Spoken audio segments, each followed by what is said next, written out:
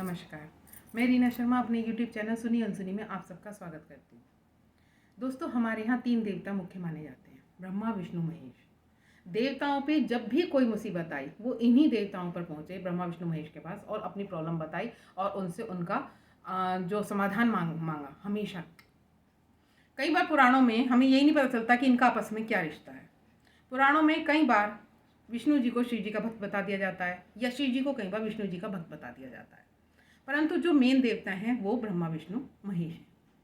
एक बार राक्षसों से त्रस्त होकर सारे के सारे देवता विष्णु जी के पास पहुँचे, श्री हरि जी के पास, और उनसे अपनी समस्या का समाधान मांगा कि हमें राक्षसों से मुक्ति दीजिए, उनका संहार कीजिए।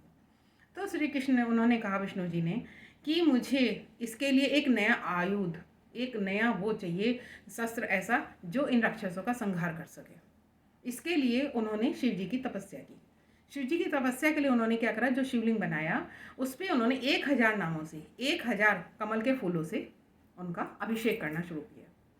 अब 1000 कमल के पुष्प, जब वो प्रतिदिन, उनका ये नियम था कि वो 1000 कमल के पुष्पों से और 1000 नाम के साथ उनका अभिषेक किया करते थे शिव जी का। तो शिव जी ने एक बार उनकी परीक्षा लेने के लिए एक कमल का फूल हटा दिया, वहाँ से गायब कर दिया। जब वो विष्णु जी पूजा कर रहे थे तो पूजा करते करते जब देखा कि आखिर में एक नाम बचा है परंतु कमल का फूल वहाँ से गायब है और नहीं मिला, उन्होंने सब तरफ देखा, सब तरफ ढूंढा, लेकिन उन्हें वो कमल का पुष्प नहीं दिखाई दिया। तो उन्होंने, क्योंकि उनसे पूजा अधूरी रह जाती उनकी उस दिन की, तो इसके लिए उन्होंने क्या करा कि ये निश्चय किया कि मैं अपनी आँख ही निकाल के शिवलिंग पर चढ़ा दूंगा, क्योंकि जो विष्णु जी की आंखें हैं उनकी तुलना कमल से की जाती है, मतलब कमल के समान ही उनकी आंखें हैं, नयन है। कमल नयन भी उन्हें कहा जाता है, पुंडरीकाक्ष भी जो कहा जाता है विष्णु जी को, इसीलिए कहा जाता है क्योंकि जो आंखें हैं और वो कमल की उपमा ही हैं, कमल जैसी ही हैं।